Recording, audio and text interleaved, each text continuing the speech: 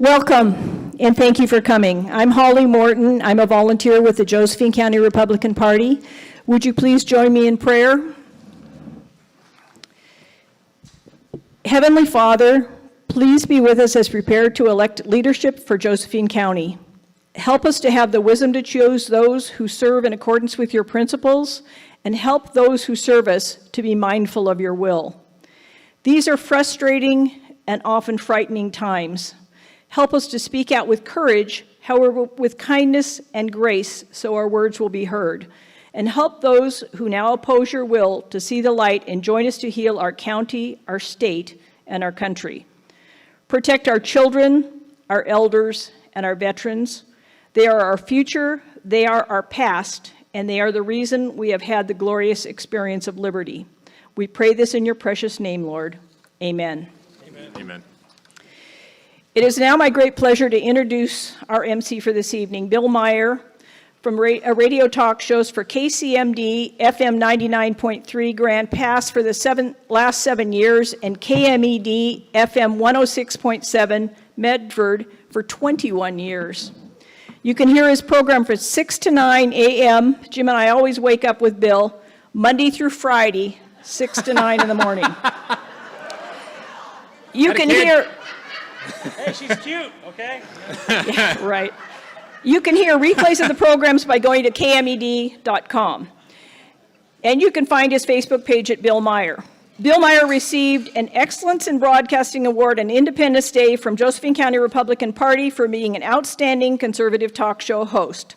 By the way, he has amazing guests. You got to hear him. Dinesh D'Souza, Kevin Sterrett from Oregon Firearm Federation, and many other prominent conservatives. Please join me in welcoming Bill Meyer. Thank you, Holly. My wife has gotten used to hearing all the time that, I wake up with your husband every day. She's used to it, though. She's a late riser, so she gets to ignore me, most of the time. I talk enough with her later on. I really appreciate you coming out tonight for this forum. And also the people who are running for Josephine, Grants Pass City Council. Should we introduce them now, or should that be a little bit later? Should we do that? That will be a little later? Okay, all right. Yeah, we're kind of hitting this. It's always a little bit loosey-goosey, as it were, here. But it is, it's great to see so many great people running this year, especially in the county. It's like in Jackson County, we don't even have anybody that's running and challenging the sheriff. And I think it's good to have people challenging. I think keeps everybody sharp one way or the other. And you hear about other ways of going about it. And I appreciate that about Josephine County. And in Grants Pass, we have just as, there's as much craziness on the city council as there is in the Medford City Council, that I beat them about the head quite frequently over things like road diets and craziness and all sorts of good stuff. Anything else you want? Is there something you're trying to big part now? Oh, here it is. I start talking with me. I forgot about the whole thing. We have to salute the flag first. Then we'll go on. Oh, sorry about that. Hey, I'm an intern here, okay? Pledge allegiance to the flag of the United States of America and to the republic for which it stands, one nation, under God, indivisible, with liberty and justice for all. Nice catch. Thanks, Holly. All right, let's just skip to the main event here. Why don't we do this, okay? We're going to start the program tonight with the sheriff's candidates debate. Our candidates, of course, Sheriff Dave Daniel and Sheriff candidate Jonathan Knapp. Now, here are the rules. We're going to go over these now. Each candidate has 3 minutes for an opening statement, and the order of who will go was determined by a random drawing, okay?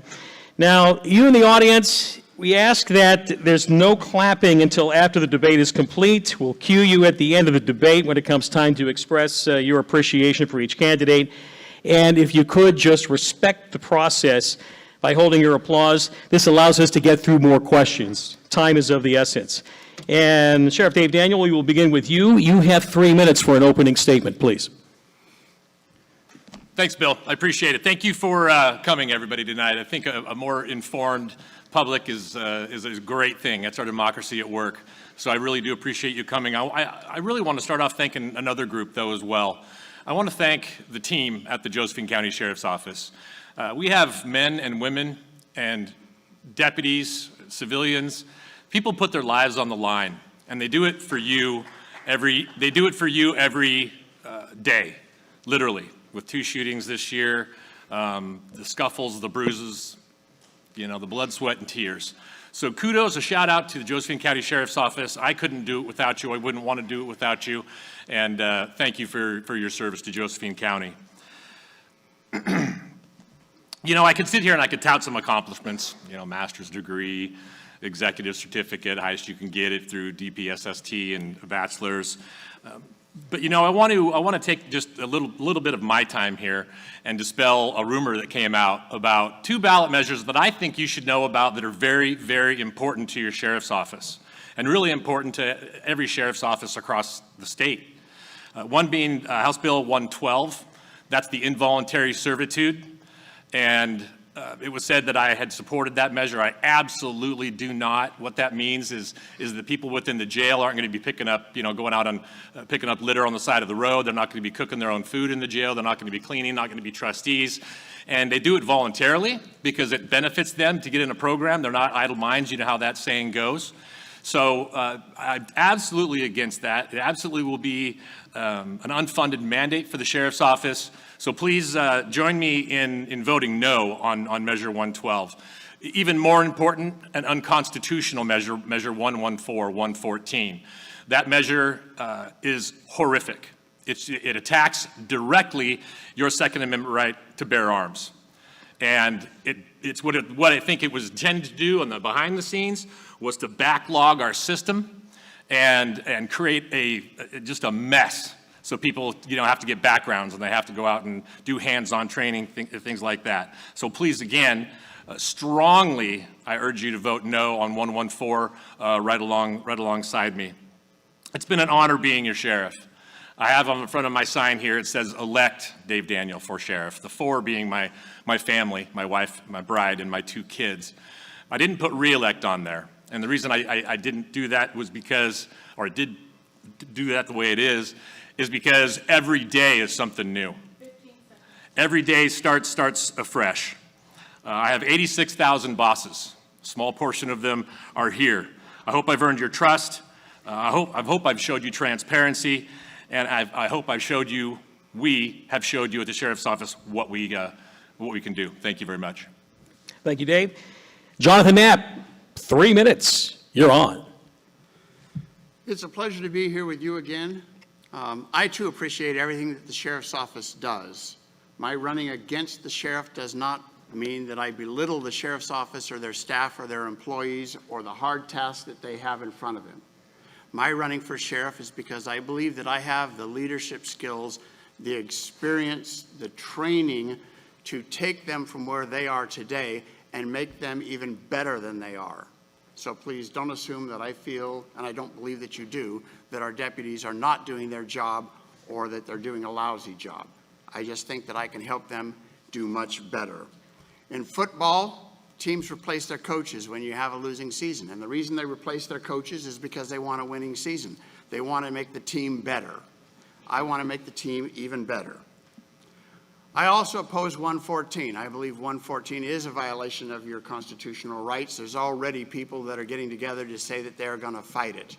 So when elected as sheriff, I will not be enforcing 114. I do not believe that it will pass, but that's my position on that statement as well.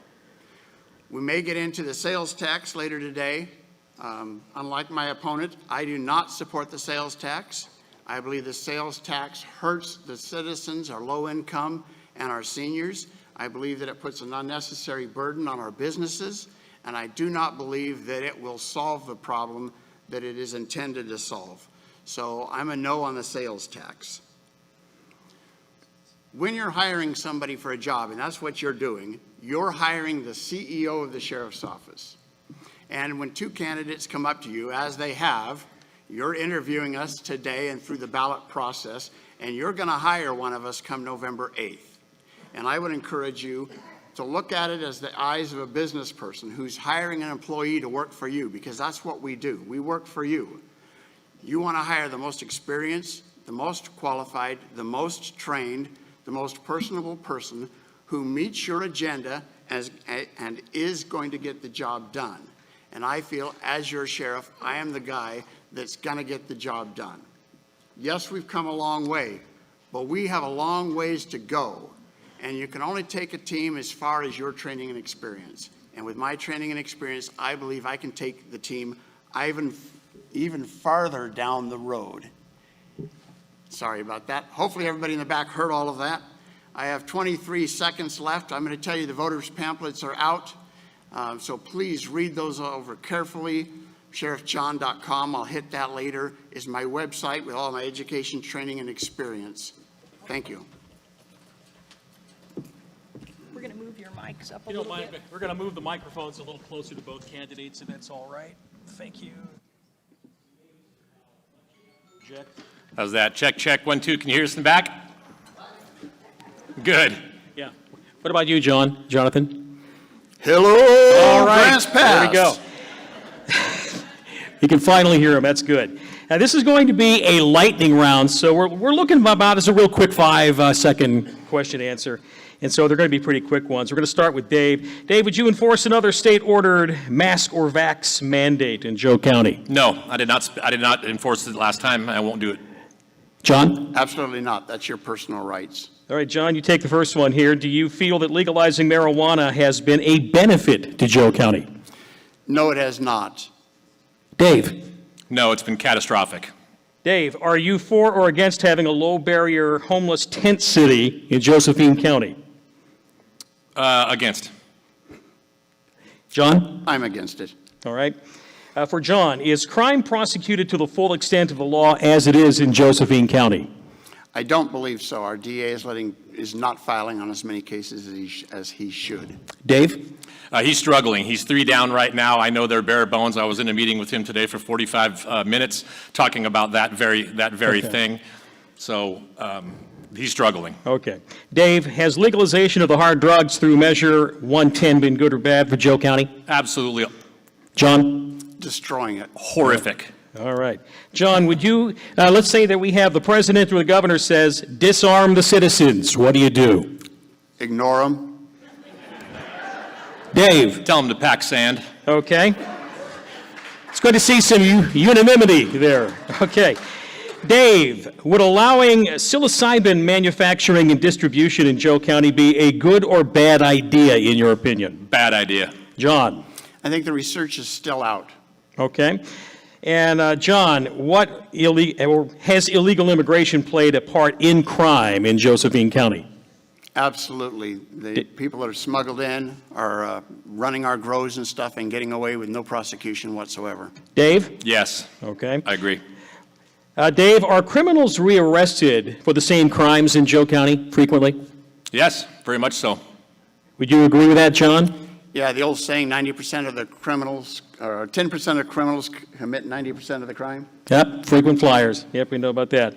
And John, you start. Does the Second Amendment present a problem for local law enforcement? Not in Josephine County.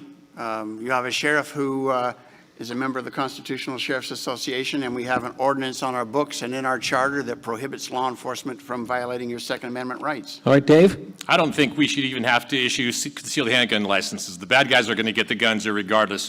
Why do we got to make the good people go through that process? All right. So there's our lightning segment. In the next segment, you'll answer questions which have been chosen by local citizens. You'll have 2 minutes to answer each question. If either of you would like to rebut a statement made by the other, just raise your hand, and then we'll give you 30 seconds after that. And opponents will be given 30 seconds to rebut a statement, provided that they have signified their desire by raising their hand, okay? And this will be followed by a 30-second response, and again, signified by the raising of your hand. And you can wrap up any of your thoughts in the closing statement, where each of you will be given 3 minutes. Candy Kaiser, our lovely communications chair for the Republican Party, is our timekeeper. And so when you see the flag go up, give us a demonstration here. Yep, she's good at that. And you have 30 seconds to complete your answer or statement. Any questions about the rules? Are we ready? Let's rumble. Here we go. We're going to start with Jonathan Knapp on this one. Please describe the plan for how the proposed 3% sales tax will be used if approved by voters. To what agencies or departments will the money be distributed, and in what proportions? If the 3% tax is not approved, what would be your plan to pay for the Sheriff's Department?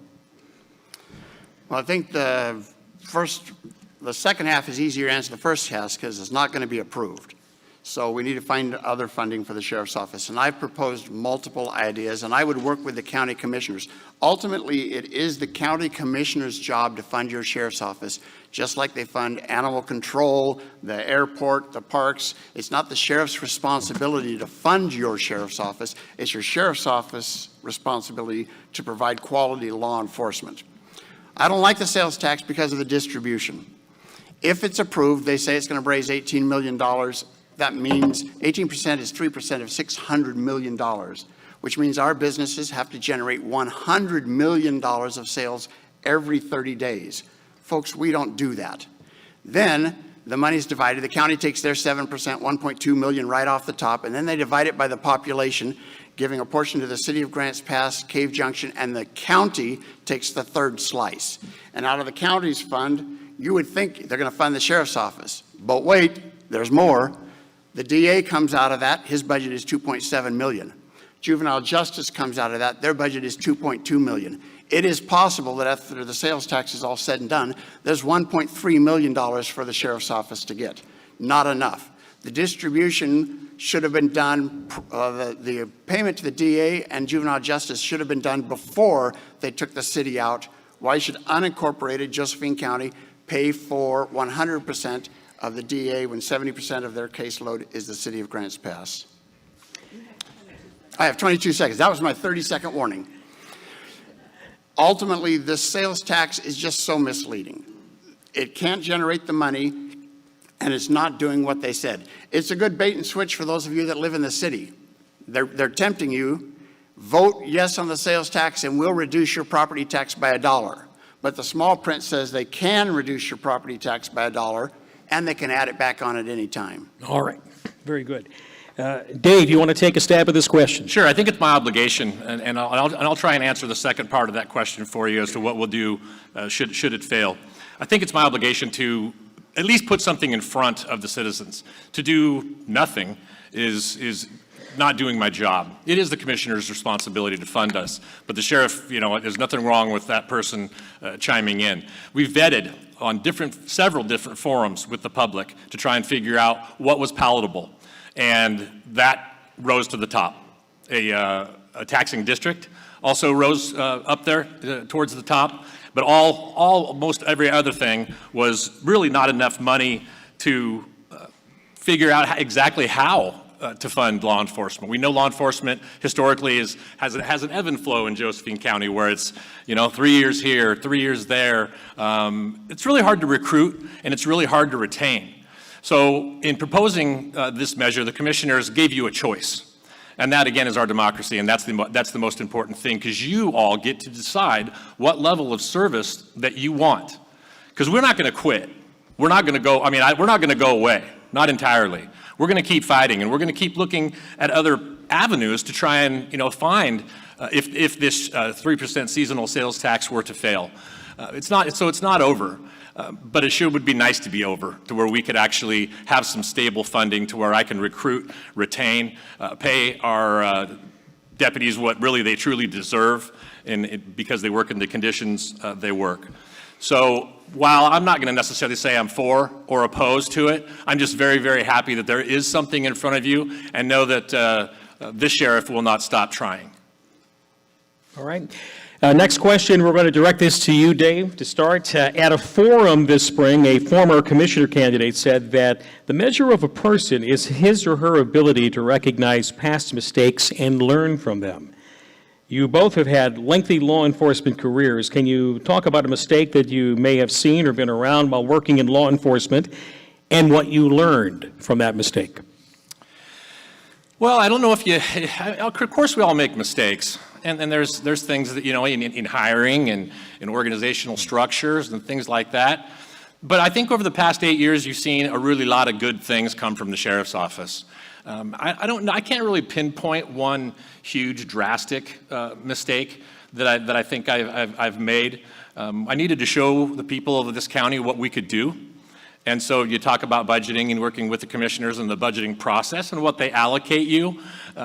You do that. Some call it a mistake, some don't. But I got to sell you a car that you can drive and you can run and you know what you're getting. I'm not going to sell you a car that I'm not even going to let you see because it doesn't run and it's banged up.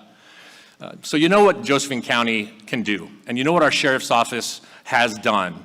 And I really stand firm on that belief that we're going places. We're going places. Like again, I say, I take every day a new challenge, and it truly is here. But maybe I didn't fight hard enough in the very, very beginning, even though I lobbied at the legislature 3 different times to try and get help for our marijuana crisis that we're in. But eventually it worked. And I think that was just a pitfall of running into that mess up there in Salem, which I hate going, but I'll continue if I have to. House Bill 3000 is now a direct result of that. And it funds our JMET team, it funds all of our analysts and our people to get out there and attack that horrible, illegal industry. And I think we're taking the fight to them. John. I had a great career with the Maricopa County Sheriff's Office, and I was trying to think of mistakes that I made in particular. And I don't know that I really have mistakes that are so grand that I needed to identify them. I know that we all make mistakes in life. So did I handle a call for service the best once or twice, or a traffic stop? Could I have handled it better? Are there better hiring decisions? Are there better decisions I could have made? Absolutely. I normally don't dwell on mistakes. I would think the mistake I made, and I'll apologize to this guy here, is when I ran 4 years ago, I threw some mud.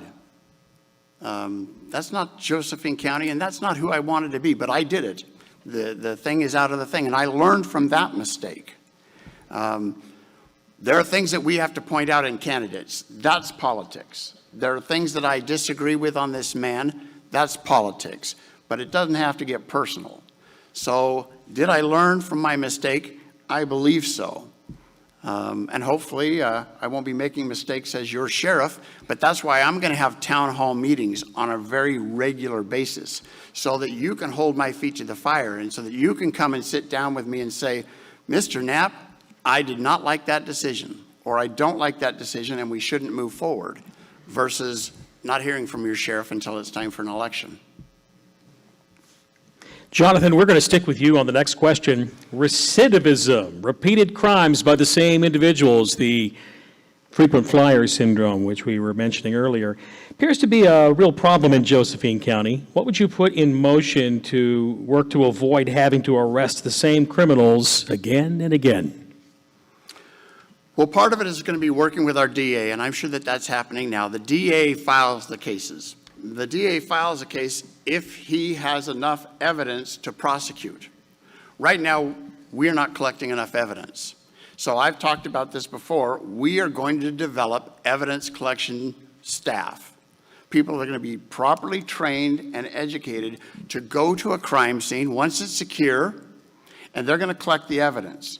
And they're going to take the pictures, and they're going to take the fingerprints. And we're going to submit those to the DA so that the proper information is there so that the individuals can be prosecuted.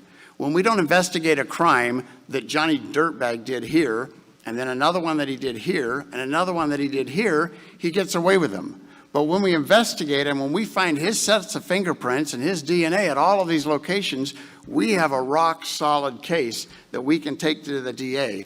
And so now, instead of releasing this guy OR, we can say, no, this is a habitual offender who's ruining the lives of residents in Josephine County, and we need to keep him or her off of our streets. So that's my plan. Dave. Recidivism is a problem, and it is alive and well, and it's not just Josephine County. It's actually the entire country, to be honest with you. Josephine County Jail has a population of about 185. COVID took a little hit in that, so it's been a little lower over the last year just due to Oregon Health Authority rules.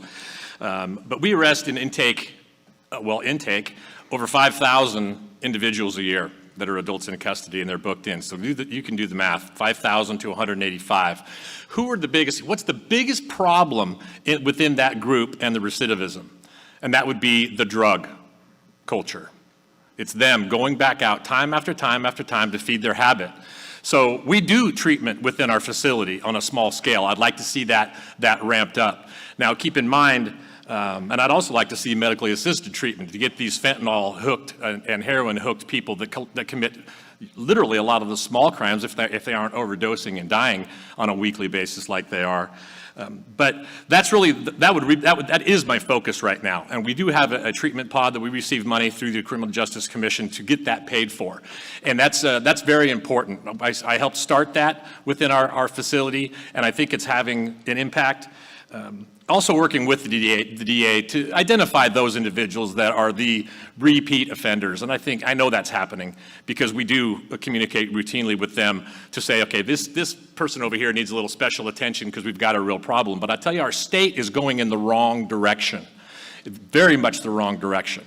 We're getting it from up north of things we can and can't do, who we can hold, who we can't hold. Like prime example, now they're letting out mental health individuals out of the state hospital because they want to push it back on the community. The state's really pushing it on us. I think we need to push back, and that's really a goal of mine as well.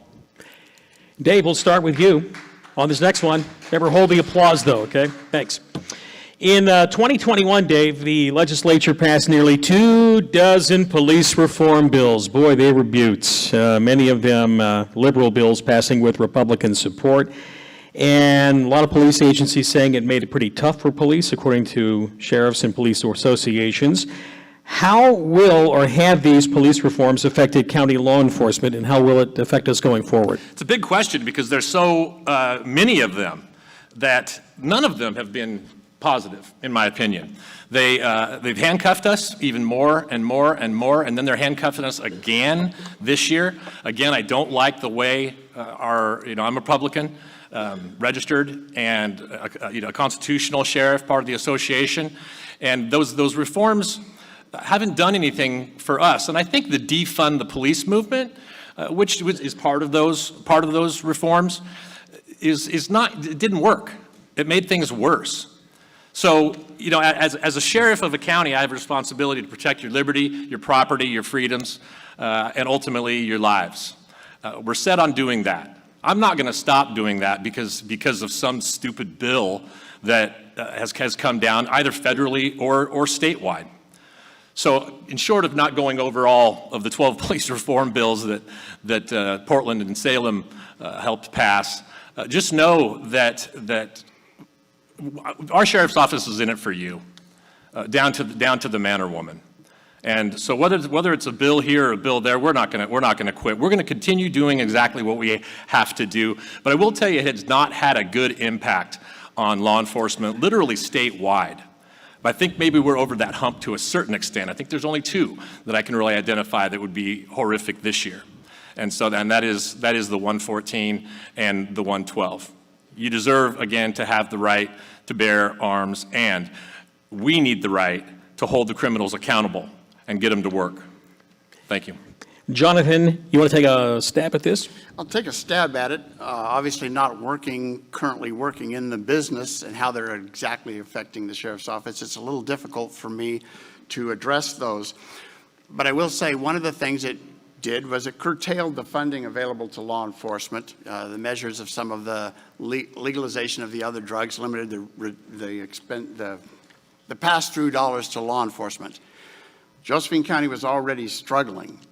My opponent decided to spend the reserves down to zero so that in June, at the end of the fiscal year, unless we find something else, we're broke.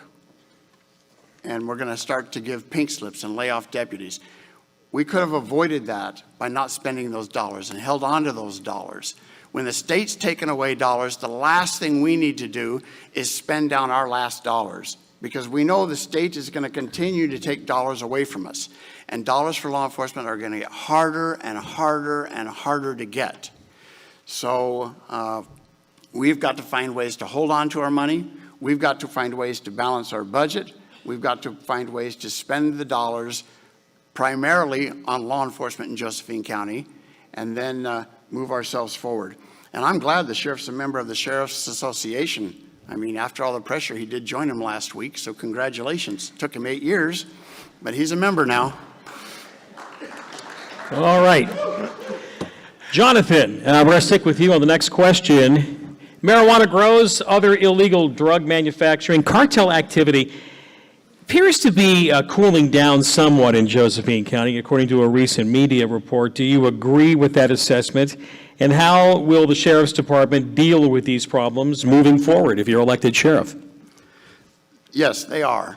If anybody drives around Josephine County, you'll see the number of hoop houses, the nice white greenhouses that are down and bulldozed, and the supply and demand, as in any business, also applies to the marijuana industry.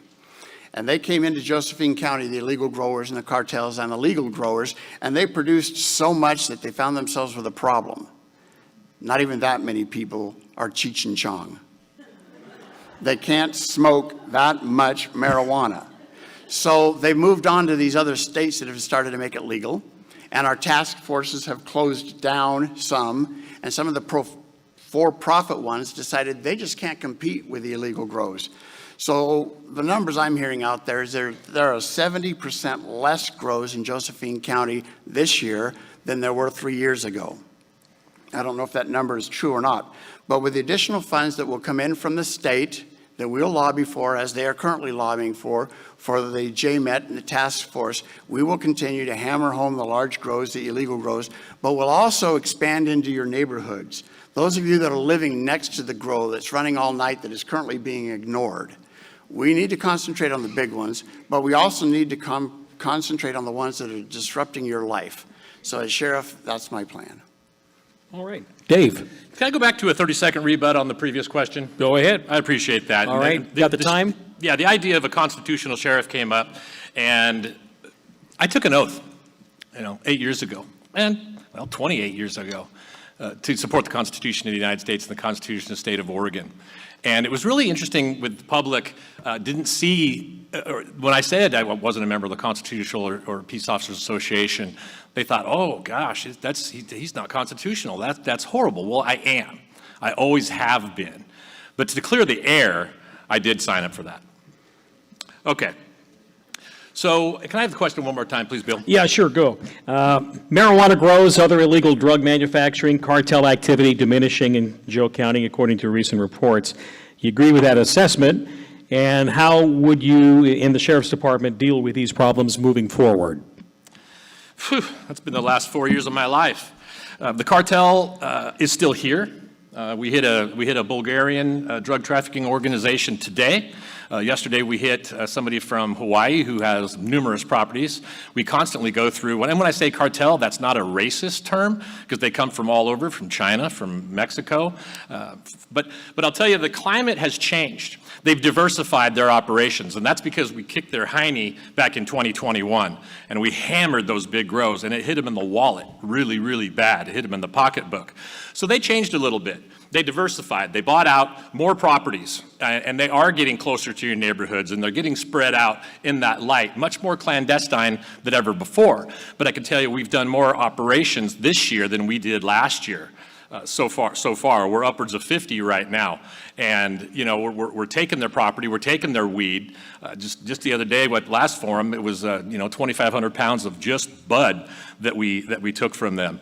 So legislative issues like House Bill 3000 is one very huge, because what we're trying to do is, number one, keep the money coming, which I lobbied for so long. Keep it coming. Keep my JMET team, my Josephine Marijuana Enforcement team up and running. And then also enhance the penalties is very important as well, because the penalties for 9 illegal plants is the same penalty for 1,000 illegal plants, and that's hogwash. We need to fix that at that level as well. But I can tell you, I do, from personal fact and meeting and greeting, that team is solid. They are ethical, they are moral, they work their tails off, and they do it every day for you. And we're going to continue to do that, no questions about it. And it will continue to get better, and it has gotten better. Dave, we'll continue with you on question 6 here. What's your understanding of Measure 114? Oh, it's my favorite one on the ballot. How would it affect the sheriff's department and citizens, and how would you enforce it if citizens voted to approve this? I would also wanted to add an additional question to this. Could Josephine County even have the resources to give the tests, that are talked about in Measure 114? Well, I talked about it earlier. Number one, I'm not going to enforce it. That's not the issue. It's an important part of it, but that's not the issue. So I will not be enforcing that just due to priorities, for lack of anything else. The sheriff's office has, that bill was brilliantly written, once again, because it's going to create a quagmire in the very beginning. No, I don't have the resources. It's an unfunded mandate to provide not even online, but in-person fire drills to make sure somebody's safe to do it. But that's not even that's potentially doable. The hard part is the backgrounds, is getting those done. How many guns are sold in Josephine County every year? I mean, it's astronomical. How many people would I have to hire to try and possibly get that done? And where would I put them? And lastly, how would I pay for them? But that's the issue that scares me the most about this, is that it creates that quagmire to where there's going to be that huge backlog to where honest, God-fearing citizens aren't going to be able to purchase their firearm when they want to. But yet, the bad guy is going to be able to get his or hers anytime they want. So it's a very broad issue. It's unconstitutional. It without question will be fought in the courts, and it will be defeated. There's no doubt in my mind, but how long does that take? So it's a terrible measure. Again, please join me to vote no on it, and support your sheriff's office across the state. The Oregon State Sheriff's Association unanimously, every sheriff that was at that particular executive committee meeting I was at, which we do monthly, is against this. And so if that many sheriffs that work for you are saying, heck no, join us. Jonathan Knapp, what do you think? Well, I think if you were paying close attention, you heard my opponent dance around the question. At the Democrat Party this month, he told them the same thing he told you. It's an unfunded mandate, and it will be extremely hard to do. We don't have the funds, we don't have the resources, and we're not going to be able to do it. It's unconstitutional. And because it's unconstitutional, I'm not going to do it. Not because I don't have the money, not because I don't have the resources, not because I don't like the law. My opponent dances around this one. He told the Democrat Party, and it's on my YouTube channel, if the voters approve it, I will enforce it. If the voters approve it, I will not enforce it. I am your candidate who is not endorsed by the Democrat Party. And I'm not going to lean over to their changing the rules and trying to get stuff done. And I'm not going to put sugar on it and candy coat it and give you an answer that I think you want to hear so that you'll vote for me. 114 is unconstitutional, and I will not enforce it. Flat. All right. Yes, hold the applause, please. You can do this in the end, all right? Received this question late, and I thought it was rather thought-provoking. And I like this, so I'm going to ask it. And we're going to start with you, Jonathan, on this. Both sheriff's candidates have stated that they just want to serve the county, and it's clear, at least to the person with the question, that Jonathan Knapp has the advantage in administrative services. Concurrently, Dave Daniels, the top cop field experience. That was the opinion of the person there, not mine. Question, what would you think about formulating a sheriff's department of co-office holders? I don't exactly know if I'm asking the question correctly. How would the county be served by having an under-sheriff and Dave Daniels being the top field sheriff, or vice versa? What would you think about that? Well, it's funny. 4 years ago, 5 years ago, before Dave started to build back the sheriff's office, and I was still working in Maricopa County, there was a job posted on the web that they were looking for a lieutenant to hire here at Josephine County. And I actually applied for the job, and I thought it was my plan to run for sheriff, but I thought, you know what? If Dave hires me as his lieutenant, I can make that guy look pretty good, and I don't have to worry about the stresses of being the sheriff. And he hired somebody else. So now I have to run for sheriff in order to show you what I can do to make the sheriff's office look pretty good. Our sheriff's office is not that large. Gil Gilbertson ended up, because he ran out of money, almost laying everybody off. He went too deep, and we all paid the price for that. We can't go that deep. But we have to look at our budget, we have to budget for results, and we have to decide what's most important. A deputy in a patrol car 24/7, or lieutenants and captains and undersheriffs doing the business. Because I have 40 years of management experience, 4 years as a sergeant in the Air Force, 15 years as a captain in the Salvation Army, several of those as the finance officer in charge of the southern half of the state of California, and then 20 years with Sheriff Joe Arpaio in the 4th largest sheriff's office in the nation. I have 40 years of experience. I don't necessarily need an undersheriff to do my job for me. Dave Daniels, what do you think, Dave? I think when you're talking about co-office, you're talking about maybe like almost two kind of sheriffs working side by side. Is that the gist of the question? One more field, one more administrative Right. in nature. Sure, we really have that set up right now as it is. I want to go back to the statement of the application, and I'm not going to go and dive down into personnel issues, but I try to be very fair in all of our hiring processes. That particular process, there was an interview process in a paper, I believe. I invited administration from Jackson County, the city of Grants Pass, and the Oregon State Police to be on that panel. There was no one from the sheriff's office even there, because I wanted that transparency, just to try and find the best person. Obviously, there was a pass on a particular individual. I will state this, on the co-working, I honestly, after the last 4 years ago during the election and the slander against myself and my wife and family, there's absolutely no way I could work with this gentleman to my right. So we do have that in play, though, where I have field operations, I have lieutenants, I have an undersheriff and a lieutenant, I have corrections, I have all of those, corrections lieutenant, all of those in place. So we try to spread it out, and this sure is the span of control and also the supervision that we have, and that's where we're at. That's where we're at today. Thank you.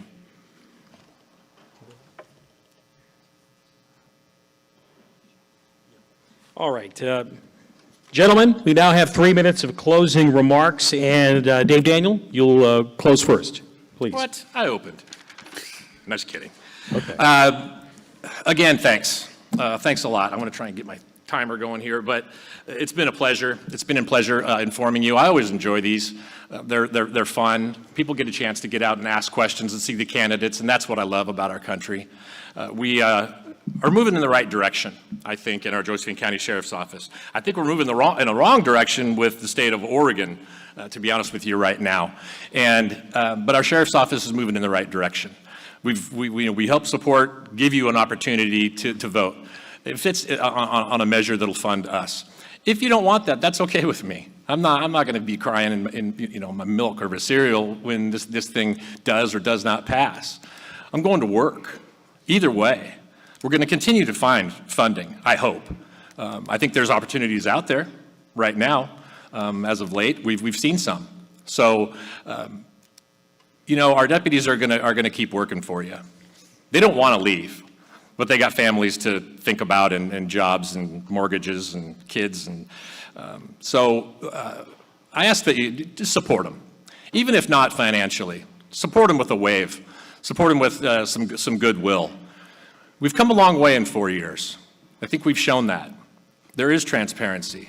I believe we've built trust.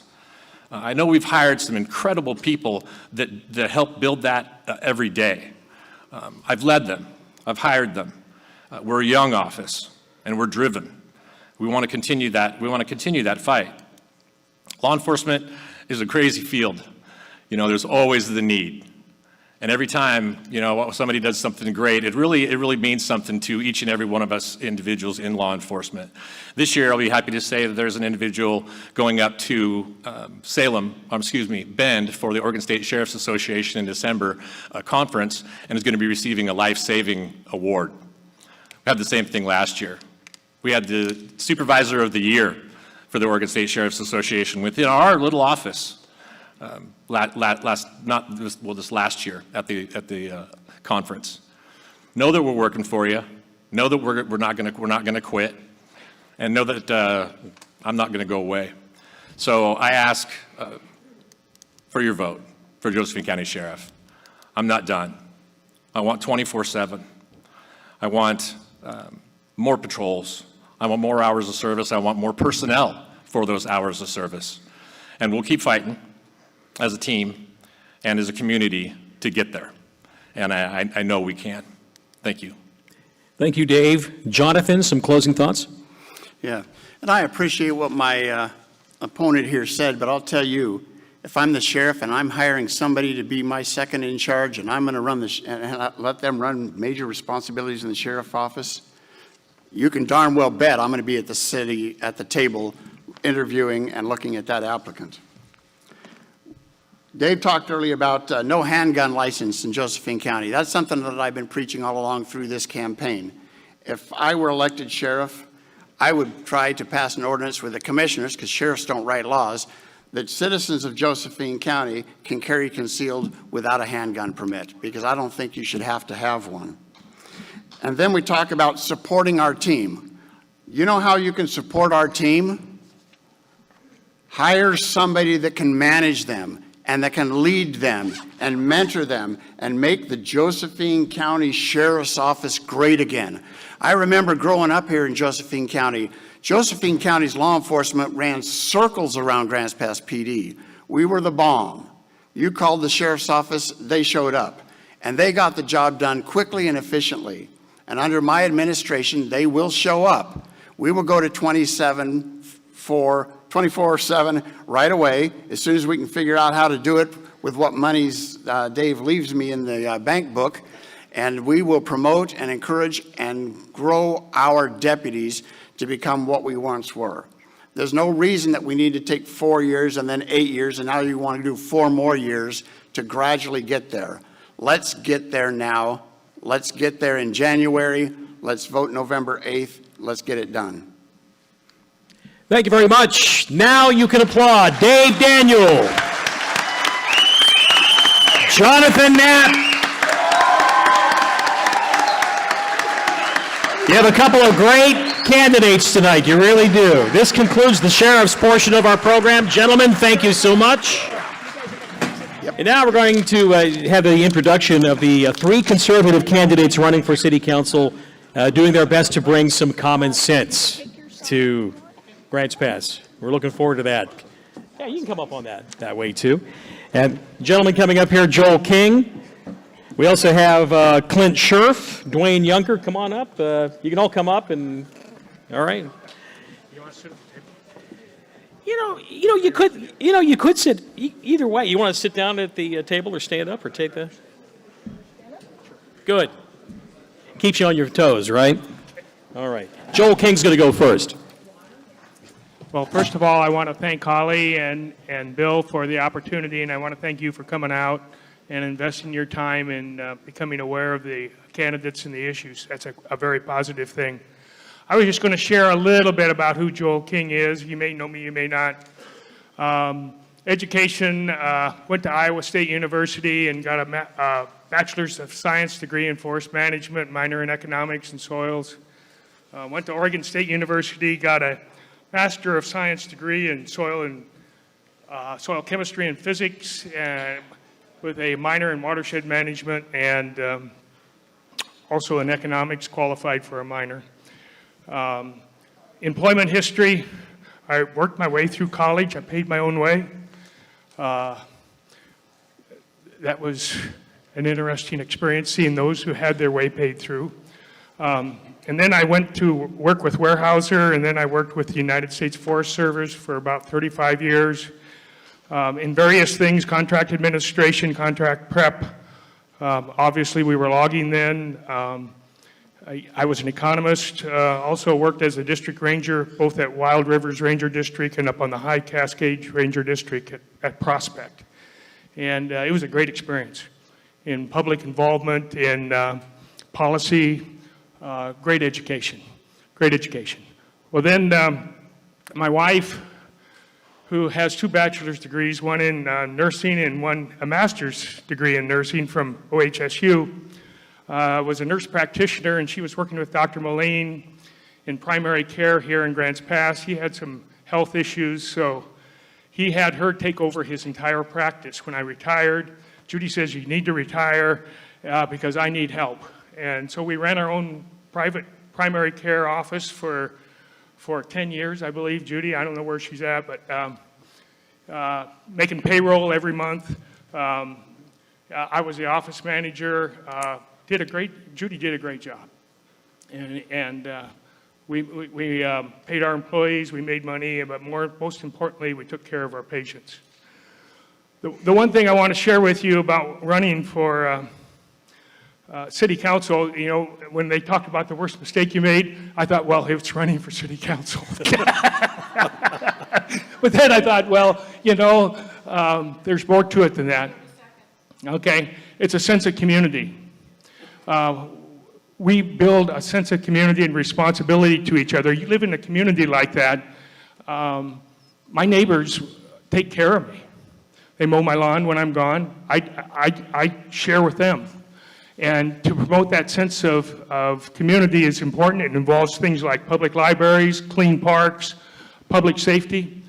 And I'd like to end with this one quote. It's from Matthew 24. It says, where lawlessness abounds, love declines. Where lawlessness abounds, love declines. It's agape love, unconditional love and respect. And we need to take care of each other and have proper community services. All right. Thank you very much, Joel. Clint Sherf, take it away. A few words with you, too. Thank you. I'm going to move over here a little bit. Is that okay? So my name is Clint Sherf. I was born and raised here in Grants Pass. My father, before him, his father lived here in Grants Pass. I'm currently raising the 4th generation of the Sherfs with my 3 kids here, downtown Grants Pass. I run a small business here. I run a small engineering firm. My background is helping developers, homeowners, and builders navigate the codes for their cities and get permits so they can build their residences and actual commercial buildings as well. You know, when I grew up here in Grants Pass, it's completely different than what it is today.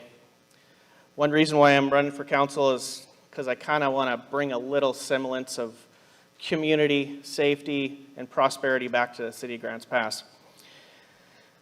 I believe the primary role of a counselor, 3 parts: listen, protect, and promote.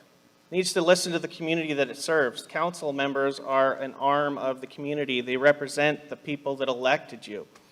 You need to protect that community. Every decision that you make, all the resolutions and ordinances you put forth need to be in theme and theory and process to protect that community.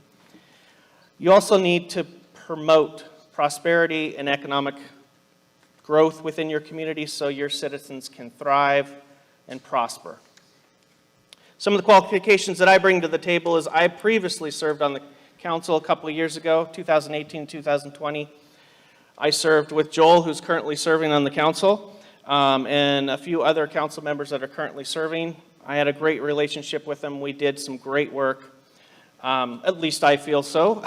I also have a couple of years of experience serving as I currently serve on the Urban Area Planning Commission. Since my background is solely, in my career, is solely based on navigating code, I thought I could help the city with making sure and shoring up that code. Some things that I'd like to see happen, I think that councils should I think councils should abide by the injunction that's in place right now for the homeless. There is a path, and I think the city needs to stay on that path to overturn this lawsuit. We currently were denied the appeal, but I implore you, look up the dissents and the opinions on the judges see for yourself what they argued and why they appealed it, you'll scratch your head and wonder why we're in this place in the first place. With that, I, as a city council member that you guys will elect, would be a voice for the people, would listen to the people, and I would protect our community. So when you go to that ballot, look for my name. It's pretty easy, Sherf. Thanks. Thank you, Clint. Dwayne Yunker, come on down. Hi, can everybody hear me? So I get asked a lot lately, why would I run? It's a good question. Why would I put myself out there to run? And I'm gonna tell you a little bit about myself and reason why I'm running. You know, as a child, I grew up pretty poor. My biological father abandoned me by 1. My mom was on welfare till about 5. You know, my mom got remarried when I was 6. And we moved here to Grants Pass. I've been a resident here for 40 years. I grew up poor here. I tell people, hey, I grew up in a single wide metal trailer. We had nothing. We had free lunches growing up. My parents never owned a new car until after I graduated high school. So I joined the military after high school. I spent 21 years in the military, got my bachelor's degree. And I learned one thing as a vet. You don't quit. You keep moving forward. And as I moved into civilian life, it was a little bit different. I saw a different world. First thing I was called was white privilege. Yeah, I'm white privilege. Poor. I grew up poor. I was attacked. I see attacks on people, politicians. They hated this way of life, and it bothered me. I love this country. I love this city. And I didn't understand why people would attack this country and speak ill about it when we've given so much to so many. So a friend of mine called me up here before the election, before the time was to run, and asked me, he says, Dwayne, we need you to run. And I thought about it, and I said, well, I don't like how things are going. So I started to do some homework on prior things in the city, the school board, county commissioners, things, and just see what kind of candidates were running, how things were going. Are we a conservative community? Because that's the community I grew up in, was a very conservative community in Grants Pass, Josephine County. And that's not what I saw. I saw people that lied about who they really were. They hide under things like not affiliated or independent. So I started looking more into what these candidates were really about, who their spouses were, where their party belonged to, where their money comes from, where they're running, who's supporting them, what type of people are supporting them. Are they conservative candidates that I want in office? And they weren't. They weren't the candidates that they said they were. Well, I'm a Republican. I've been a Republican, registered Republican since I was 18 years old here in Josephine County. And I want Josephine County to stay conservative. I want more Republicans in office, and that's why I'm asking you to vote for me. Thank you. Thank you, Dwayne.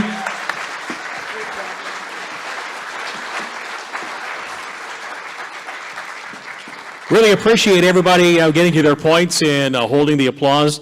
Otherwise, we'll have to draw and quarter you in the next segment. You don't want to have to do that. Oh, someone wants to see? Okay, all right. We're going to be moving on now to the commissioners' candidates debate here. And if we could just have John West and Brian D Lagrange come up, and we appreciate that. Brian, great to see you. John, great seeing you. Oh, you want to do? Okay. As these guys are settling in, I want to point over here to Richard Emmons with the Eagle. If anyone here is not getting the Eagle newspaper, time to sign up. We've got applications in the lobby. It's important to stay informed. Get the Eagle. All right.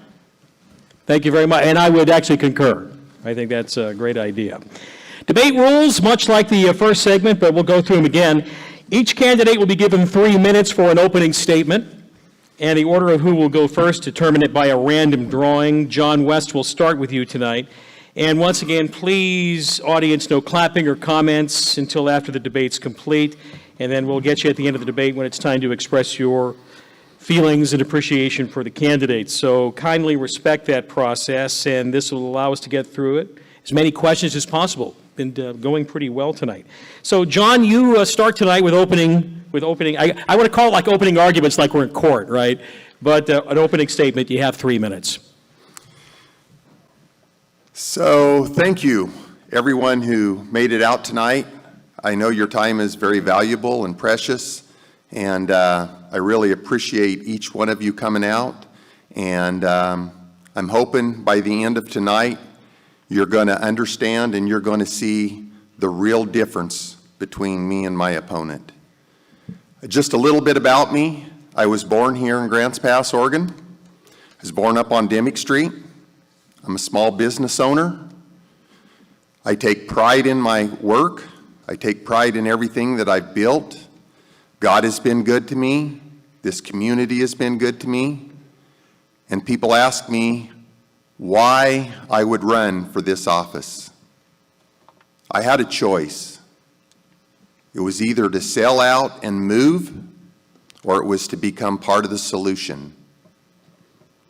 And I'm going to become part of the solution if you have me as your county commissioner.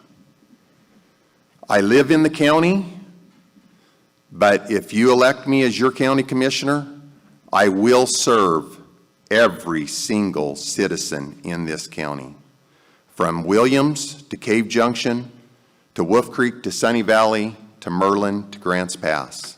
I will be everyone's county commissioner. We have a long road ahead of us.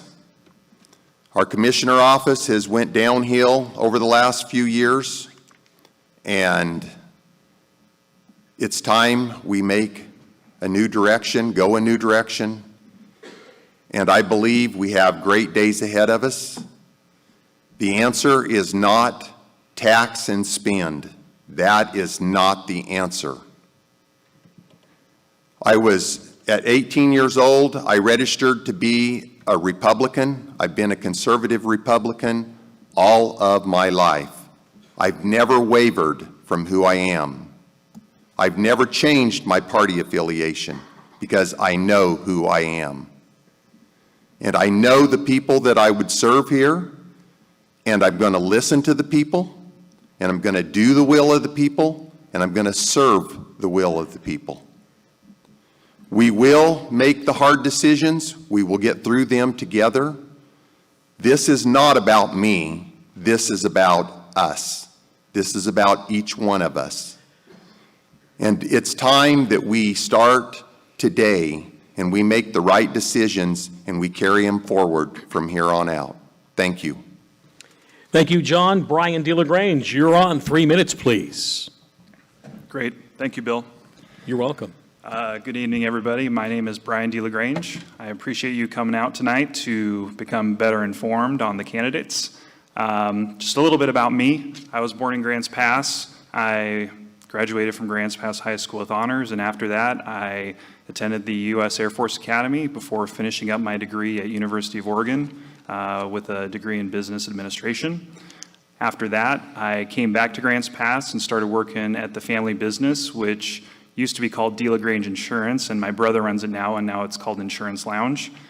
I very quickly realized that insurance wasn't for me. I've always been very analytical and systems-based with my thinking. And so I've always been interested in making things better and making things more efficient and streamlining things. So when I left there, I got a job working for Energy Trust of Oregon, which is a nonprofit that works with Pacific Power to help customers reduce their electric bills locally and around the state. I've worked for them in several different capacities over the past 15 years as an energy auditor, as a residential lighting consultant, and I'm currently working for them as a commercial and industrial lighting consultant. I'm also on the Grants Pass City Council, and I'm also on the Grants Pass School Board. And I would say that the reason that I got involved in local politics was because I saw a lot of bad decisions taking place, and I saw a lot of problems that are not getting solved. I saw that at the city, so I ran for city council to help address some of those problems, and we've been working on them. My constituents have been satisfied with the work I've been doing. We still have a long ways to go. We have big problems that take a long time to solve, and I see the same thing happening at the county. I see a sheriff's department with no funding. I see large areas of the county without proper fire protection. I see homeless people living out in the woods, creating further fire risk. I see affordable housing issues in the county and lack of housing supply. So the current commissioners are not doing enough to adequately address these issues. They've spent down all the contingency and all the reserves that we have. I have proven at the city that I'm able to tackle the problems that my constituents want me to tackle, and I've heard from everyone in the county that these are the problems that they want solved, and I have experience solving those for my constituents now, and I would like to solve those for my constituents of Greater Josephine County, and I have the experience to do so. Thank you. Thank you, Brian. Okay, please hold. You know, the drawing and quartering still can happen. We can do that. We're going to start with a lightning round again, just like we did with the sheriff's candidates. And candidates, you'll have 5 seconds to answer these questions. And Brian, you're going to start with this one. Legalization of hard drugs in Oregon through Measure 110. Has it been good or bad for Josephine County? It's been bad. John? It's been bad. All right. Question 2 for John. Would you enforce a state-ordered mask or vaccination mandate in Josephine County? No. Brian? I need more details, possibly on a limited basis. Okay. Hold on. Number 3. Brian, hey, come on. Remember, we don't talk about this till the end, okay? Number 3, Brian, you start with this. Are you for or against having a low-barrier tent city in Josephine County? Brian, go ahead. If it includes case management, then I'm for it. John? I am against it as I'm against it. Okay. Question 4 for John. Would allowing psilocybin manufacturing and distribution in Josephine County be a good or bad thing? Bad thing. Brian, your thoughts? I think it could potentially be a good thing. Could you repeat that? I didn't catch that. Sure, I said it could potentially be a good thing. Okay, thank you. Question 5, Brian, you'll start with this one. Who bears the responsibility for homelessness in Josephine County? That's a big question, Bill. I know, it is a big question. I'm just asking it, okay? I don't know, maybe we should make this a part of the non-lightning round. I think I'm going to call an audible and do that, okay? All right, let's go with, let's start this one, John. Measure 114 that seeks to disarm Oregon citizens. Do you support or oppose this? I oppose anything. If you don't have a gun, I have one for you if they come for them. All right, Brian. Okay, Brian. Okay, hello. Brian, Measure 114, your quick take on that. I oppose it. I'm a gun owner, and I support the Second Amendment. Brian, do you feel that legalizing marijuana has been a benefit to Joe County? It's been mixed. John? No. John, do you support relocation of illegal immigrants by the federal government to Josephine County? No, I think they should go to Salem, Oregon. Brian, your thoughts on that? No. Brian, do you support or oppose the wildfire mapping bill by the Oregon Department of Forestry mandated by Senate Bill 762? Where it currently sits, I oppose it. Okay, John? I oppose it 100%. All right. John, do you support or oppose Governor Kate Brown's executive orders on cap and trade of carbon emissions? I oppose everything of Kate Brown. Okay. All right. Brian, your thoughts on carbon emissions and Governor Brown? I think that's something that we need to look at. Okay. In the next segment, we're going to be having a series of questions chosen by local citizens, and for each of these, you're going to have 2 minutes to answer. And if either of you want to rebut a statement made by the other, raise your hand, make it clear that you want to rebut. And once you've answered the initial question, opponents will be given 30 seconds to rebut a statement, provided that they had signaled their desire by raising their hand. And then you'll get 30 seconds to do the rebuttal, once again signified by the raising of your hand. One rebuttal and rebuttal response each per question. You can wrap up any of your thoughts in the closing statements, and you'll each be given 3 minutes. So there we go. Candy, once again, she's our timer, and she's been doing a great job. We're going to start with Brian on this one. Brian, fire is a huge, massive concern in Josephine County. What is your vision as a county commissioner to help curtail wildfire? So the fire risk is getting worse every year. I think we're all pretty aware of that. When I was a kid, we didn't have these smoke outs that we have now on an almost annual basis. So I think we can all agree that the risk and the fire hazard is going up regardless of the cause. We have a huge problem in the county. We have a huge area that's considered unprotected because it does not have a fire district. It's protected by private fire companies.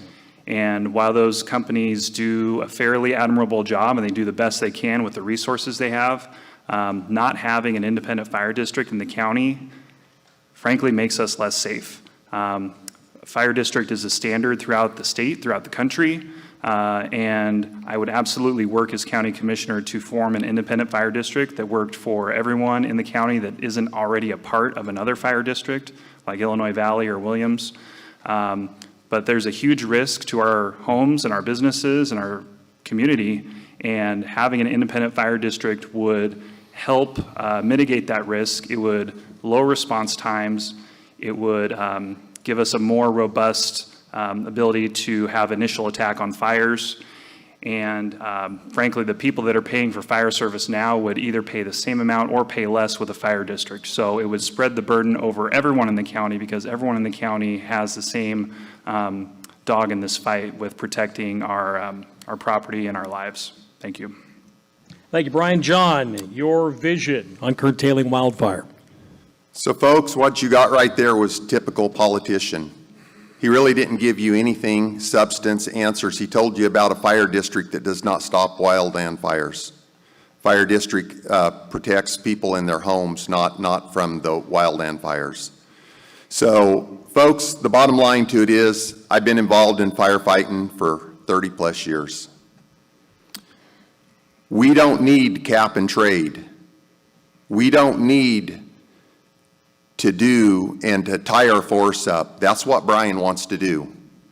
If we do that, there will be no forest management. We will continue to have worst fires because there will be no forest management, and then when those fires hit, it won't be if, it'll be when, and you will run for your life because we will have done nothing but Brian's solution of cap and trade, which he supports of Kate Brown, which we don't have in Oregon. He wants to do a carbon tax, which holds up our forests even more.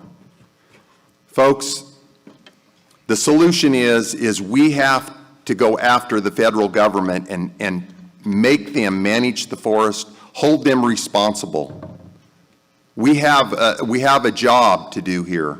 We need to protect our communities and our homes.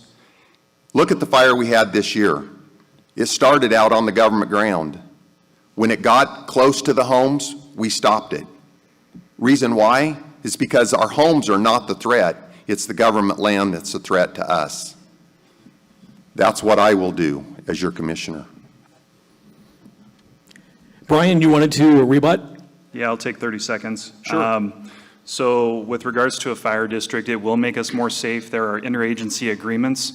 Every agency helps everybody else. So if we have an independent fire district, it will make us more safe. One thing we're doing at the city right now is we're actually procuring type 3 firefighting equipment, which is equipped for wildland fires. So city fire department can be more equipped to help out in the county because we're all working together here. So having a district is going to make us all safer.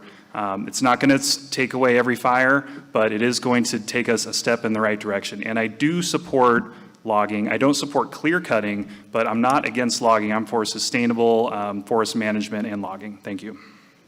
All right, thank you. All right, hey, I could draw and quarter you too. I keep bringing that up until we get through this, okay? John, take this question if you could. This spring, a citizen-led petition repealed a county ordinance allowing code enforcement officers to inspect private property and write citations. Do you have an opinion on the ordinance and the recent repeal by the citizens? Go. So I was for repealing the ordinance, and since I've been running for county commissioner, apparently people's forgot that I haven't been elected yet, but I take their calls anyway. I go to their homes. I read what's been given to them from code enforcement. Just 2 weeks ago, a gentleman called me, has 20 acres in the county, and says, hey, I got a second notice that they're going to fine me $1,000 a day if I don't allow them to come on my property. And I said, well, what's the complaint? Heavy equipment noise. He had dump trucks coming in, re-graveling his driveway because he was preparing for his daughter's wedding. Some neighbor turned him in, and code enforcement wants to fine him if they don't get to come onto his property. This is a great family. They pay their taxes, great kids, but we treat them like second-class citizens because some neighbor with no merit makes a complaint.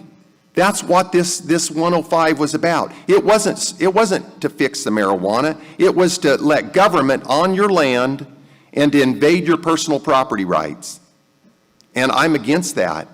We have to stand up for every right, from our Second Amendment, from our freedom of speech, you name it. I'm a constitutionalist. I will protect every right you have, and I will protect your property to the end. And that's what this is about, folks. Brian, you want to take a stab at the code enforcement? Yeah, I think I will. Okay. The code enforcement ordinance was drafted by the current commissioners to address a very specific problem. There's an issue in the county with illegal marijuana grows, and those grows are stealing water. They are leaving trash all over the place. There are human rights violations happening at these grows, and code enforcement has no way to do enforcement currently for these issues. So that was why the commissioners and Sheriff Daniel put this forward. The language in there was pretty good. There was a couple of things in there that could have been a little bit tighter, and I think that people took issue with those things. There was concerns about property rights being violated. And Sheriff Daniel has said this ordinance would only allow code enforcement on the property if they had permission from the property owner or if they got a warrant from a judge. So there's no code enforcement coming on the property without one of those two things happening. So property rights are not being violated. I think we still have an issue in the county with those issues I just said with these grows, and I would be in favor of looking at revising the ordinance to take care of the property rights issues that people have. I think there are a couple little places in there that could be fixed, but we still have this issue in the county. Illegal marijuana is all over the place, and I know that a lot of people think that it's gone down, and it very likely has gone down, but it's still out there all over the place. I know it's an issue, and I know neighbors are concerned about it. So it'd be nice for code enforcement to have a mechanism to provide some sort of enforcement for the most egregious violations that they're seeing out there. All right. John, you wanted to rebut? You know, Brian says that code enforcement can't come onto your property, but they can fine you and they can make you hire an attorney while they take you to court and spend the money that you should be spending on your family. Instead, you're fighting government wanting to come onto your property and invade your personal property rights. That's a problem, folks. Are you done? I just want to make sure. Okay, Yes, sir. good. I didn't want to Sorry. interrupt you, okay? Next question, we're going to start with Brian, and I'm going to bring in that audible from the original lightning round about homelessness, and I thought, yeah, you know, it is kind of too big for a quick yes, no, and is this, so I'm going to combine this question. So I might go, Candy, a little squishy on the time, maybe up to 4 if we need it, okay? But we'll try to get it done in 3. And so, gentlemen, you might want to even write it down. Who bears responsibility for homelessness in Josephine County? What role, if any, should Josephine County play in fixing that? Now, I'm talking about the derelict-style homeless, not that homeless is not affordable. You know, they can't afford an apartment, not that kind of homelessness. But speaking of that, what ideas might you bring to the table to bring more affordable conventional housing to Josephine County? So we got the disorderly homeless, and then hopefully we'll wrap on that. Brian, you want to take a stab at that, please? It's a big one. Sure, thanks, Bill. The homeless is probably the #1 issue that I hear about, and the reason it keeps coming up is because it's very, very difficult to address. As far as the responsibility of who needs to address a homeless issue, it's not the county, it's not the city, it's not y'all, it's all of us together. It's all of those things all at the same time. It's nonprofits, it's churches, because if any one of us, if the county tries to do something on its own, it's going to be less effective than if they have the city or St. Vincent de Paul or whoever partnering so we can work together. We haven't come together as a community to address this issue, and until we do that, until we get everyone pulling in the same direction, we're not going to make any headway. And honestly, part of the responsibility of solving this problem is on the people that are homeless themselves. We're not looking to, give anyone a free paycheck, but some of those homeless people, they're in a situation where they just need a little bit of help to get out of homelessness. And there's not a lot of mechanisms for them to do that right now. So I would envision the county partnering with both city jurisdictions, Grants Pass and Cave Junction, and hopefully partnering with nonprofits that are already working on this issue locally to have a coordinated effort to address this problem locally. We all know that we have homeless in the parks. We all know that we have homeless out in the county, up in the hills, in vehicles, camping, and I don't think any of us want that situation to continue. So we need to come forward with real ideas and real solutions to solve the problem instead of pointing the finger over here and pointing the finger over there. We need to all come together to have a coordinated effort, and part of that coordinated effort is going to help homeless people, and part of it isn't. Some homeless people, are not ready for help, and those ones you can't help, but a lot of them do want some help. So if we can help them and get them out of homelessness, it's going to make the situation better for them. It's going to make the situation better for us. It's going to make our community a better place to live. So as far as the third part of the question here, I guess we're rolling into kind of ideas for housing. It's a little bit trickier in the county than it is in the city. The county has rural zoning, so it's not as simple as, packing in subdivisions out in the county. You don't have water service, you don't have sewer, so it's not quite the same animal as it is in a municipality like Grants Pass or Cave Junction. However, some ideas that we could do, we could loosen up the ordinances regarding accessory dwelling units. I know that it's pretty restrictive to put a second or third dwelling on a property right now. I think there's things that we could do to look at that, and that could increase the housing stock in the county. Okay. And then the one other thing I was going to mention is we could also potentially look at running the water and sewer line out towards Merlin and getting some more development out in the Merlin area. It's already to the North Valley Industrial Park, so it's already halfway to Merlin. Okay. Thank you. All right, thank you, Brian. John, you want to take a stab at this one? Big three-part question, but there's a lot to chew on. Sure. So, folks, the homeless problem is not your fault.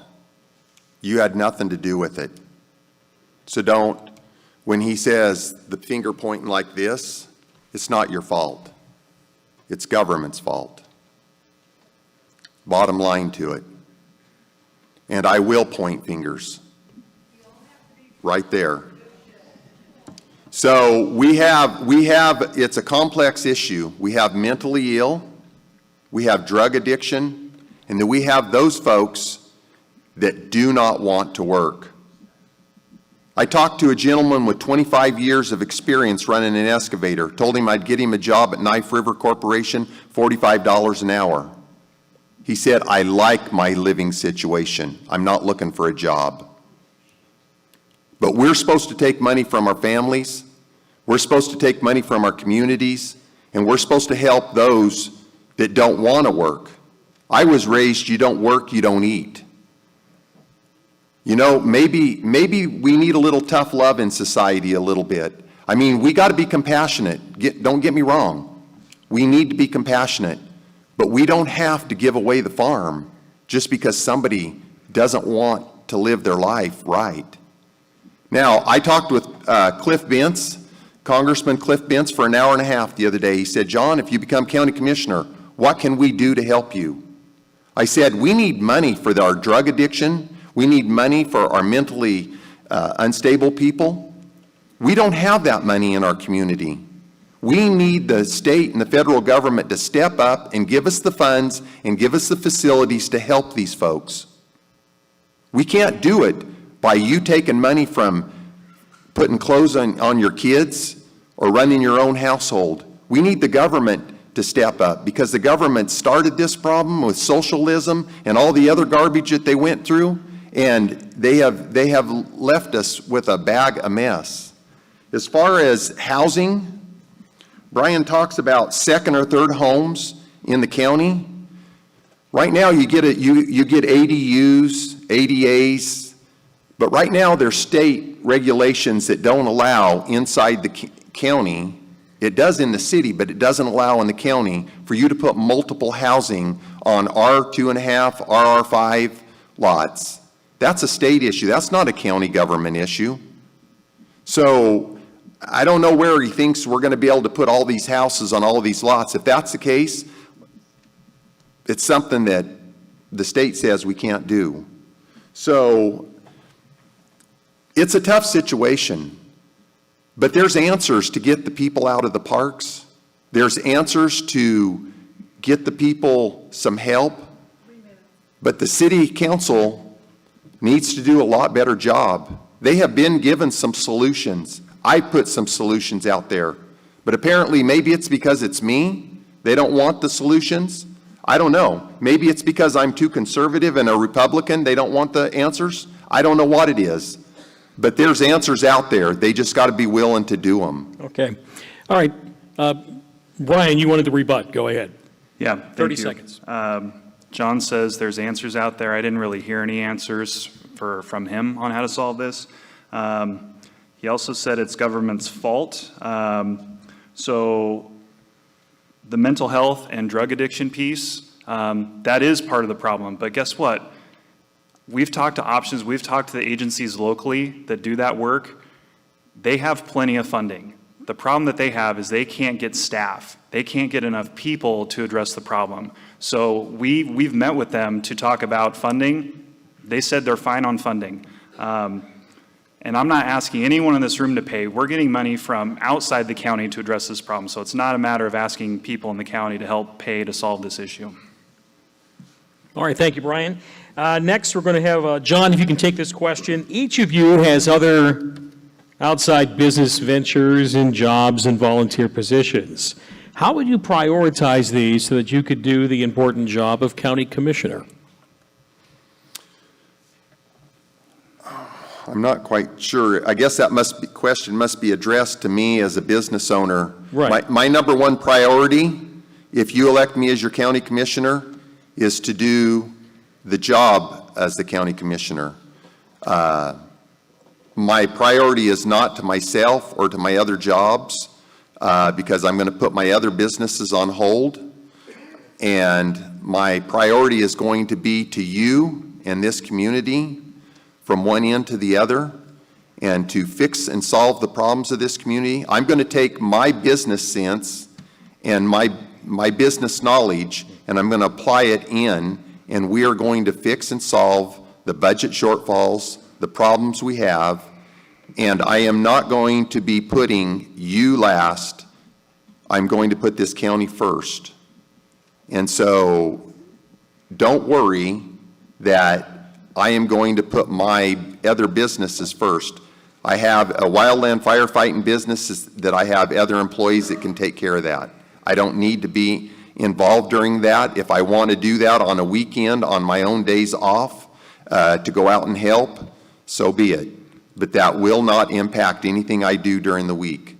But I will be at those fire camps representing you of Josephine County, and making sure that they are putting the fires out and doing their best effort to give the firefighters, men and women, the avenue to get the fire out. As far as any other businesses I have, most all of them, My snowcat business is winter only. I have operators for those snowcats. I don't ever have to leave town, it doesn't take my time. So my time and venture is 100% dedicated to Josephine County and the citizens of Josephine County to make sure that I do this job 100% properly.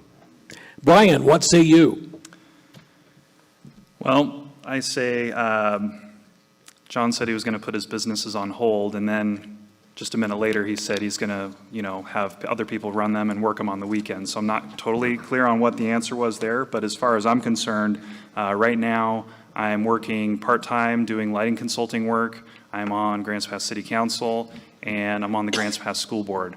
So when I win the county commissioner seat, what I'm going to do is I'm going to put the lighting consulting on hold. I'm not going to do any of that work as long as I'm commissioner. I'm going to resign from my city council seat, and my school board seat is up in June, and I will not be running for re-election for that seat. So I will be putting all 3 of my other professional commitments completely aside to address the problems that the county faces, because the problems that we face are, they're huge, and they're big problems, and they need to be addressed with 100% of my time, other than my personal commitments, raising my daughter and such. So I would put those commitments aside and focus 100% on the problems that the county has. All right, Brian, you're going to pick up question 5 here. Prior to the implementation of House Bill 4061, last year the city of Grants Pass sold over 17 million gallons of water to alleged marijuana grows. Do you plan to support or oppose illegal marijuana grows as a county commissioner, or perhaps if you could apply some pressure on the water, I suppose, maybe? What are your thoughts on that? Not totally clear on that, but I think what I would say is House Bill 4061 made it so for water purchases, they have to prove where that water is going now. So water trucks can't just come in and we don't know where it's going. So that was actually a good move, because it's cutting off a source of water for the illegal grows. Before that was implemented, the city was selling water to any water truck that came in. We didn't have any sort of qualifier. We didn't know if it was going to a job site or a grow or anything. We were, selling water to water trucks. And as elected official for Grants Pass, I was actually doing a good job representing my constituents in the city, because that was raising funds for the infrastructure in the city. So I was looking out for my constituents by selling water, and we actually increased the rate that we charged for water, which was also in the best interest of my constituents. So, and the other thing that it did is it, before the House bill went into effect, it actually kept illegal grows from pulling water out of the ground. So in a way, it was helping mitigate the water rights issues that were happening out there. So unfortunately, that can't happen anymore. So it's kind of a double-edged sword. But now the city is only selling to legal operations, construction sites, job sites, and documented sites. All right. John West, what say you on this?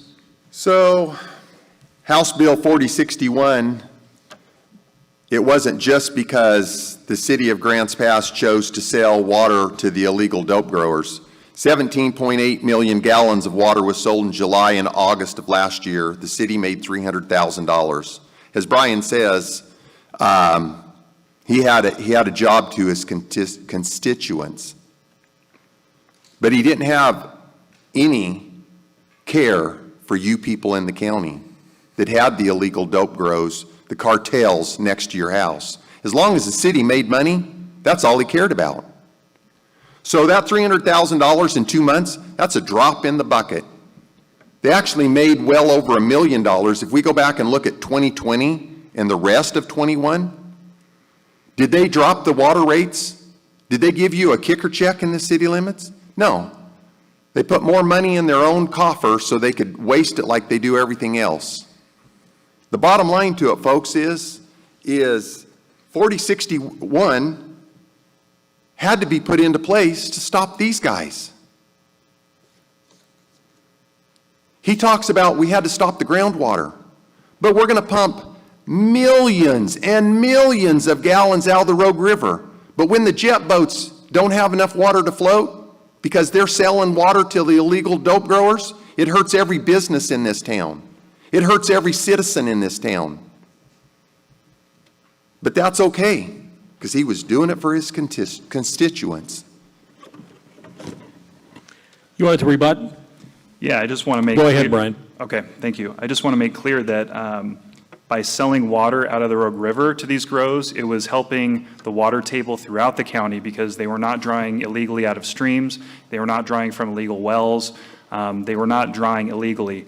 And if you do the calculations on the flow in the Rogue River, the amount of water that the water treatment plant in the city actually pulls out of the Rogue River is about 1% of the flow. So the amount, and that's the entire pull. That's not just what we're talking about with water trucks. So the amount with water trucks is negligible. It had zero effect on the Rogue River. All right, thank you. Hey, I'll take a shot Okay, at that. you, go ahead. So, yeah, the illegal dope growers were pumping water out of streams and out of wells. But what he's trying to tell you is it's okay to sell water to illegal dope growers. That's what he's trying to tell you. It's okay to do it. It's not okay to do it. All right. Next question for John. What's your plan to make county government more efficient? And please be detailed if possible. Okay, folks. $198 million budget, $24 million budget increase last year. I ask you, what'd you get for $24 million? I ask people all over and they can't tell me. It's time that we tighten our belt. It's time that we go department by department and we look at every single thing where we can save money, cut money, keep from wasting money. This is serious.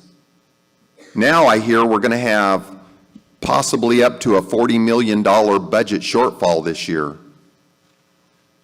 Boy, am I stepping into a hornet's nest if you elect me.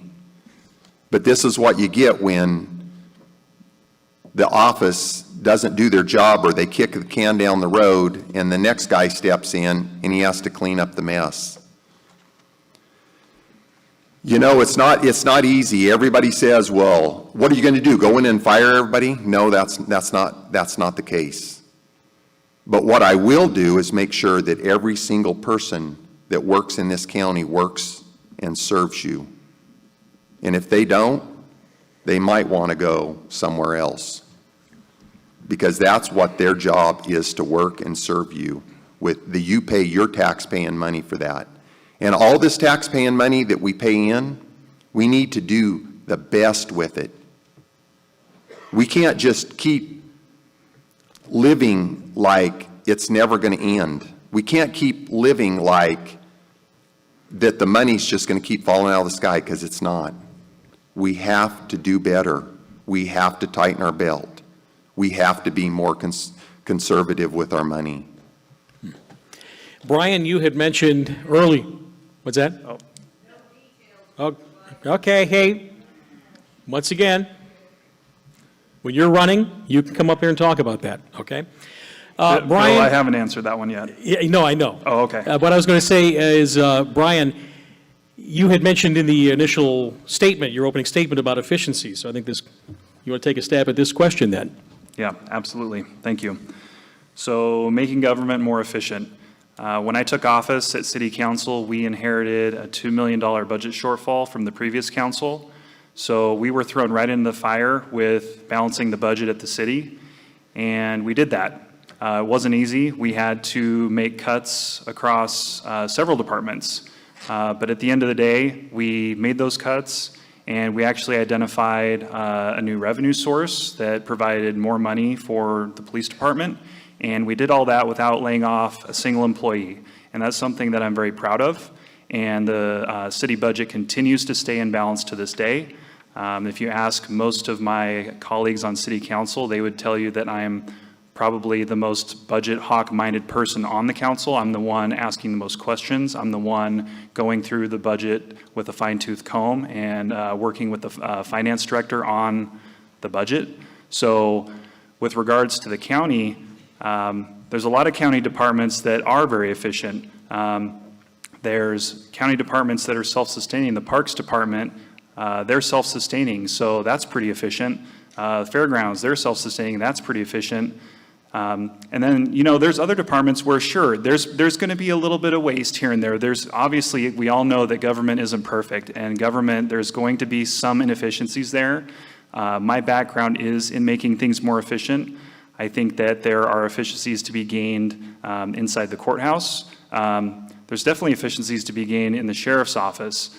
But, you know, I will agree with John on one thing. You know, we have to look department by department and see where efficiencies can be made. I worked in the assessor's office as a property appraiser, and I can tell you there, we ran very lean. We ran so lean that we weren't able to keep up with state standard as far as reassessing properties, which was not good for the county. It actually brought in less money than it would if we were fully staffed. So we have to be very mindful about how we look at that, but I have experience in doing so. All right. Now, we're going to wrap things up with a couple of 3-minute statements from both candidates. And Brian, you're up first. Thank you, Bill. Thanks again for coming out tonight, everybody. I hope you learned a little bit about both of the candidates. I think that there are some pretty big differences between us, so hopefully you were able to see those tonight. I have experience working in the city for my constituents to solve the problems that they face, and I want to do the same thing at the county.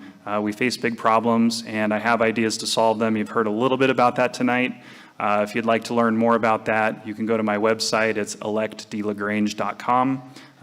You can learn more there. You can contact me there if you have specific questions. But I just wanted to also say that, you know, I'm a straight shooter. Like, you're not going to not know where I'm coming from, and you may or may not agree with me, but I'm going to be honest with you, and I'm going to have integrity. So I've done that at City Council. I do that in my life. I would do that as County Commissioner.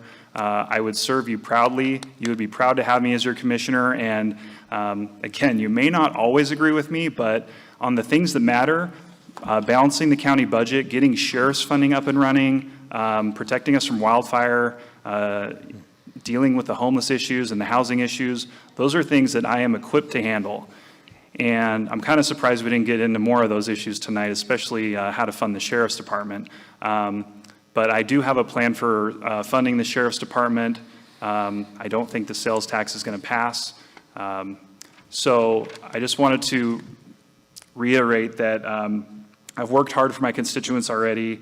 I want to represent everybody. I am not affiliated with a party. I've been registered as a Republican longer than I've been registered as with any other party, but I have been registered as a Democrat. I have been registered as an independent. I'm currently registered as a non-affiliated because what's best for the county doesn't always fall neatly within the party lines. And the commissioner's seat is a nonpartisan seat because the commissioners are supposed to work for everybody in the county regardless of party. I'm poised to do that.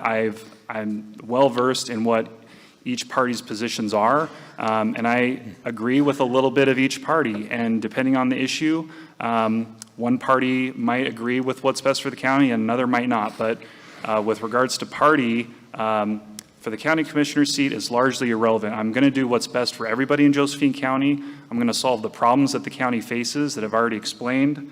And I bring real solutions, and I'm happy to answer any questions if you want to reach out to me. And I've gotten a lot of support in the community from donors, and I've been reaching out to people in the community to hear what the real problems are out there. So I ask you for your vote here in the next couple weeks, and I appreciate you coming out tonight. Thank you. Thank you, Brian. John, let's hear some closing thoughts from you. 3 minutes. So, folks, there's huge differences here. Brian did bring up a couple of things that I know it's my closing statement. I'm asking for your vote. But real quickly, like I told you from the beginning, I've been a conservative Republican since I was 18 years old. Since 2008, Brian has changed from a Democrat to an independent to a NAV 8 times. He doesn't know who he is. Also, I have a plan to fund the sheriff. I brought that plan forward last week. One of the county commissioners asked me last Thursday, why didn't you bring this plan to us before now? I didn't know that you people had hired me to be your county commissioner. It wasn't rocket scientist what I come up with, and it solved the problem. And when we vote this sales tax down, which will never fund the sheriff's office, we will enact this plan, and we will quit sending money outside of this county to other counties and to other agencies. We will fund the sheriff first. We will bring law enforcement, we will bring law and order to this county, and we will keep it, and we won't ask you as the first solution to open your pockets. We will have government do their job, and they will fund. My plan roughly gets us 80% of the funding for the sheriff. Because right now, I can't get a straight answer on exactly what the number is. When I first started this campaign, it was 4.6 million. Went to 5.4 million, then it went to 10 million, then it went to 9 million, then it went to 7 million, I heard just a week ago. I really don't know what it is because I can't get a straight answer out of anybody. But I know right now I'm 80% there. Over the weekend, I asked people at the farmer's market, if I go in and I find 80% of the money to fund the sheriff permanently, and that's the best I can do, if you want more than that, would you be willing to help out? And I got a 90% response, yes. If government finds 80% of the money, instead of asking us for 100% of it, yes, we would help you. Folks, I'm not gonna tell you everything's gonna be perfect. We're gonna have some bumpy roads, but we're gonna ride this together, and we're gonna come out of it stronger and better if I'm your county commissioner. And I'm not going to blame anyone down underneath me. If I'm your county commissioner, I'm your CEO, CFO, whatever you want to call me, and everything is under my watch, and I take 100% responsibility for it. So it's not the workers underneath, it's me. If it fails, I take the blame for it failing. Thank you. Well, folks, I would definitely say that there is truly choices tonight. It's not exactly like they had different ideas about it. And I just wanted to congratulate both. If you could put your hands together for Brian D Lagrange and candidate John West.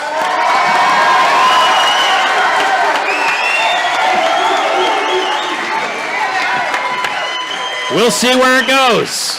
But anyway, thank you, Brian. Thank you, John. We appreciate you all coming tonight. That's going to wrap up the program. Before you do take off, I wanted to remind you of Ron Smith. By the way, Ron, is Ron still here? Yeah, Ron, you have been doing yeoman's work, and I just wanted to compliment you on everything you've been doing with these Senate Bill 762 meetings. Ron's putting on another one on the wildfire legislation at the Joe County Fairgrounds this Thursday, 7 till 9, at the Floral Building, okay? So if you're into this, please make sure and check that out. That's going to be Thursday night, 7 to 9. Holly, is there anything you wanted to add before people start breaking up? Okay. Thank you so much, and we'll catch you, and vote, not multiple times. Keep it honest. We don't want to get it there, right? To go in that direction. Thank you very much to Bill Meyer for coming out and being our moderator. Honor's been mine. And I really am proud of Josephine County. You have some great candidates, and it takes a lot of work and a lot of guts to run for any of these positions. And so I think we have to, applaud all of them. Thanks so much. Good night.